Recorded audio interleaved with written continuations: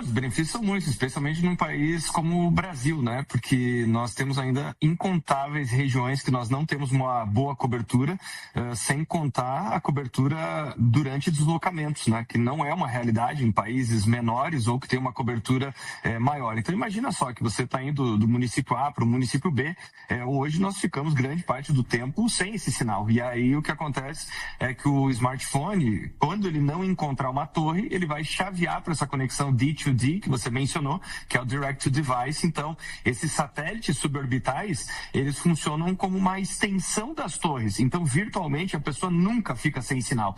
O que é uma grande vantagem, volto a dizer, para quem está em deslocamento, mas também para várias áreas remotas. Recentemente, saiu um estudo do IBGE mostrando que mais de 95% dos domicílios têm internet, mas o mesmo não é verdadeiro, né, para quem está em deslocamento, para quem está viajando, e em muitos desses lugares as pessoas já usam essa internet via satélite. Então, quer dizer, essa tecnologia, ela, grosso modo, ela transforma praticamente o mundo inteiro numa grande Wi-Fi para quem está se conectando com o seu aparelho.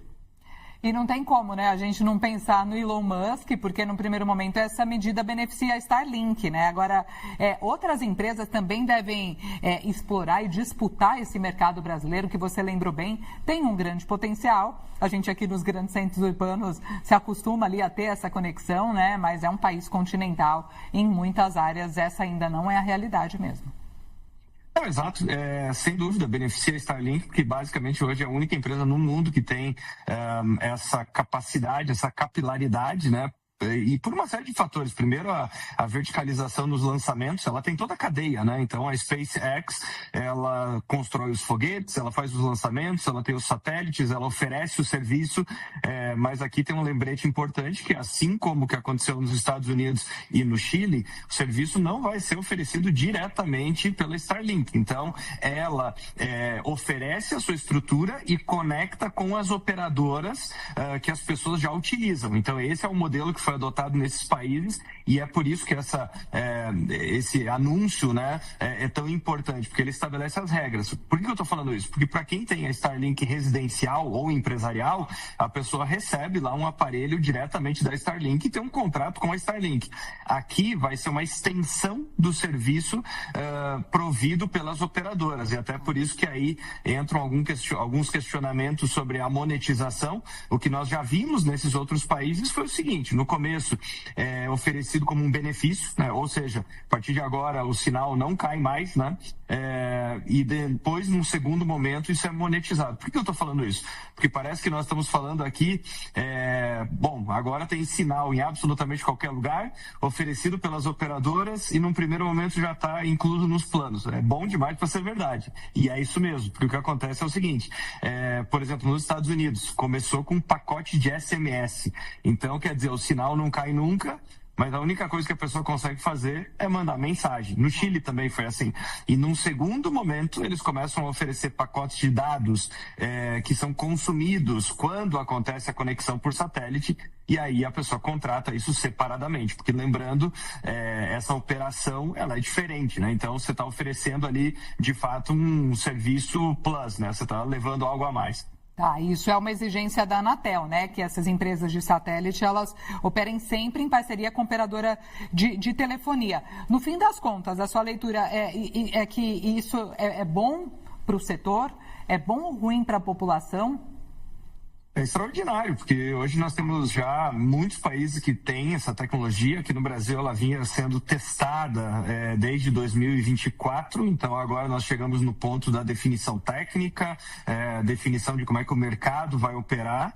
E a partir de agora a expectativa é que isso seja disponibilizado o mais rápido possível. Alguns estimam que pode até acontecer ainda em 2027. Eu acho que é extraordinário, porque, como você mencionou, de repente, para quem está num grande centro, que tem uma boa cobertura, que utiliza 5G, acaba nem percebendo, né? Agora, o que muita gente não se dá conta é que mesmo dentro das cidades, a realidade é extremamente diversa, né? Em alguns lugares você tem esse 5G de altíssima qualidade, em outros lugares 5G não chega, 4G não chega, que dirá muitos lugares em que você não tem opção alguma. Quer dizer, as pessoas passaram a ter alguma opção justamente por essa revolução dos satélites suborbitais.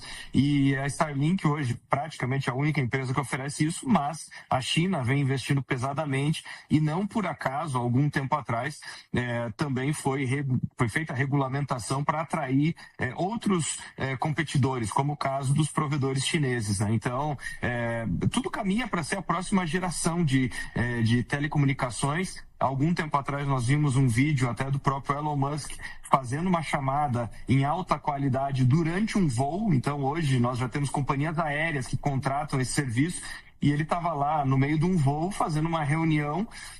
Então quando nós projetamos isso para um horizonte aí de 2, 3, 5 anos, vai ser até estranho descrever esse mundo em que nós por vezes não tínhamos conexão, né?